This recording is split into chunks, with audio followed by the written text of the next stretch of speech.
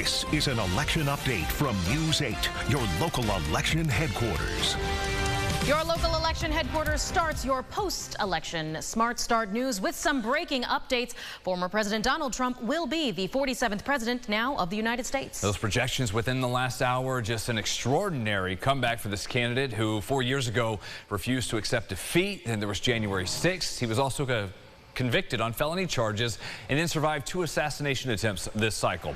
That win projected this morning in Wisconsin, the final one, clearing his way to more than 270 electoral votes to clinch the presidency.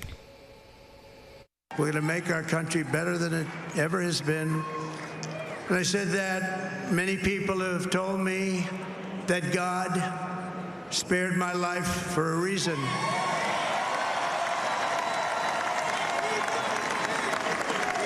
And that reason was to save our country and to restore America to greatness. And now we are going to fulfill that mission together. We're going to fulfill that mission. The task before us will not be easy, but I will bring every ounce of energy, spirit, and fight that I have in my soul to the job that you've entrusted to me. This is a great job. There's no job like this. This is the most important job in the world. Just as I did in my first term, we had a great first term, a great first term. I will govern by a simple motto: promises made, promises kept. We're going to keep our promises. Those were Trump's comments much earlier this morning when he declared victory. Now, over in D.C. at Harris's alma mater, Howard University, supporters there grew certainly less enthusiastic as the campaign announced the vice president would not be speaking to them overnight. Instead, she's expected to address them sometime later today, as well as the rest of the nation.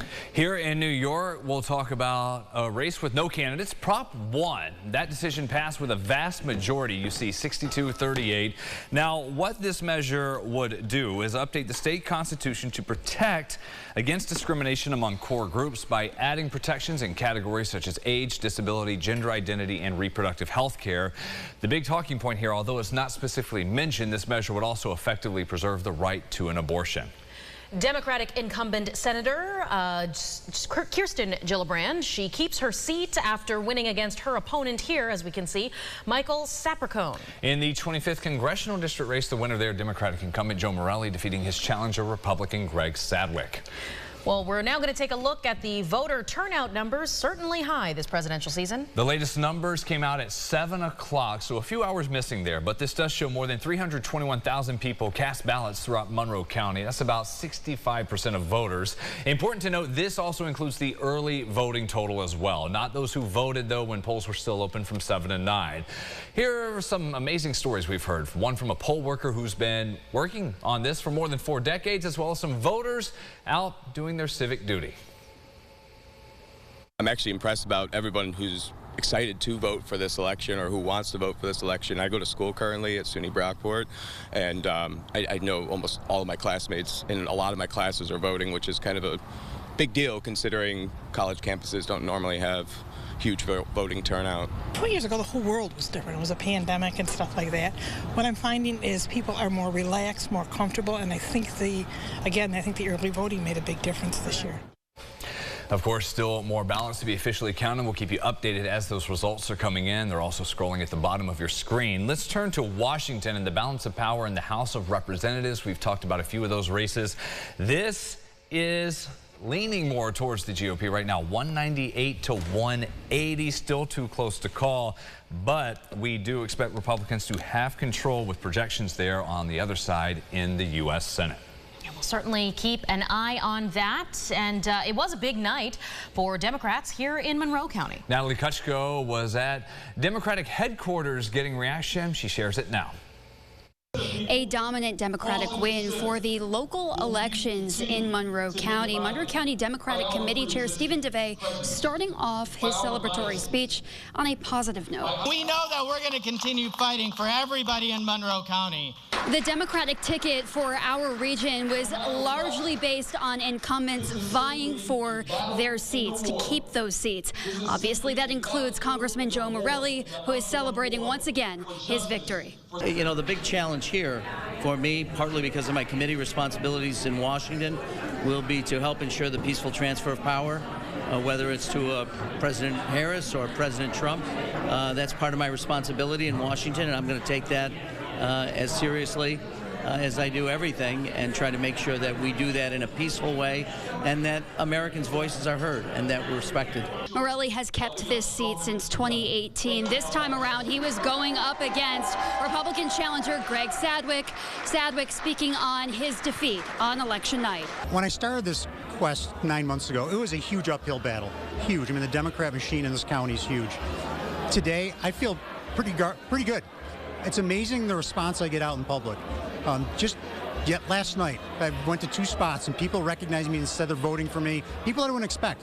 I mean, I was in what I'll consider liberal territory, and people were coming up to me and they just love the message. The message being not left, not right, forward.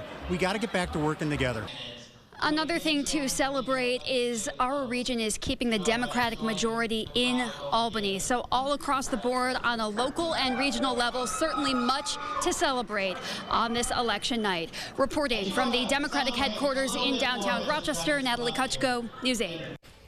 Great report there from Natalie. We also have reactions from the Republican, GOP watch parties as well. You can find those online. Now, as we have mentioned, the 2024 elections are historic by nature. We were joined by a political expert from Nazareth, Tim Nealon, who seems to be really encouraged by the engaged electorate here in Rochester all over the country from both sides of the political aisle. And we asked him what surprised him the most early on in the night.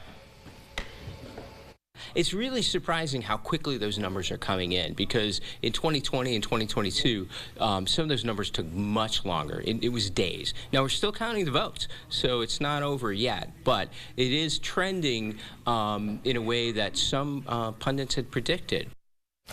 He notes it will be important to take a look back at what drove voters to the polls this election cycle in the coming days and weeks, whether it was top number 1, the economy, immigration, or another factor. You can get the very latest election results live right now as they're updated, the final tallies at rochesterfirst.com.